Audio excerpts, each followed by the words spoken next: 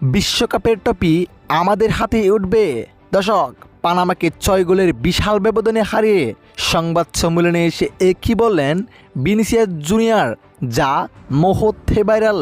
দর্শক, পানামার বিপক্ষে 6 গোলের বিশাল ব্যবধানে জয় ছিনিয়ে নেয় ব্রাজিল, যেটা বিশ্বকাপের আগে সত্যি প্রশংসনীয় ব্রাজিলের জন্য।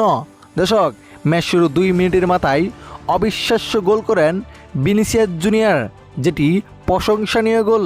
এরপর 39 মিনিটে দ্বিতীয় গোলের দেখা প্রায় ব্রাজিল। অবিশ্বাস্য গোল করেন ক্যাসিমিরো। দুর্দান্ত গোলে এগিয়ে যায় ব্রাজিল। এতে হাফেনারের আগে 2 গোলে এগিয়ে থাকেন ব্রাজিল। হাফেনারের পর আবারও মাঠে নামেন 53 মিনিটে রানের অবিশ্বাস্য গোল। তখনও থামে নাই ব্রাজিল। লুকাস 60 মিনিটে আরও একটি গোল করেন। 3 মিনিটের ব্যবধানে আরও একটি গোলের দেখা পেয়ে যায় ব্রাজিল। এতে 5 গোলে এগিয়ে থাকেন, কিন্তু তখনও থামে নাই ব্রাজিল। 81 মিনিটে অবিশ্বাস্য গোল করেন দানিলো। এতে 6 গোলের বিশাল ব্যবধানে পানামাকে হারিয়ে বিশ্ব রেকর্ড করেন ব্রাজিল।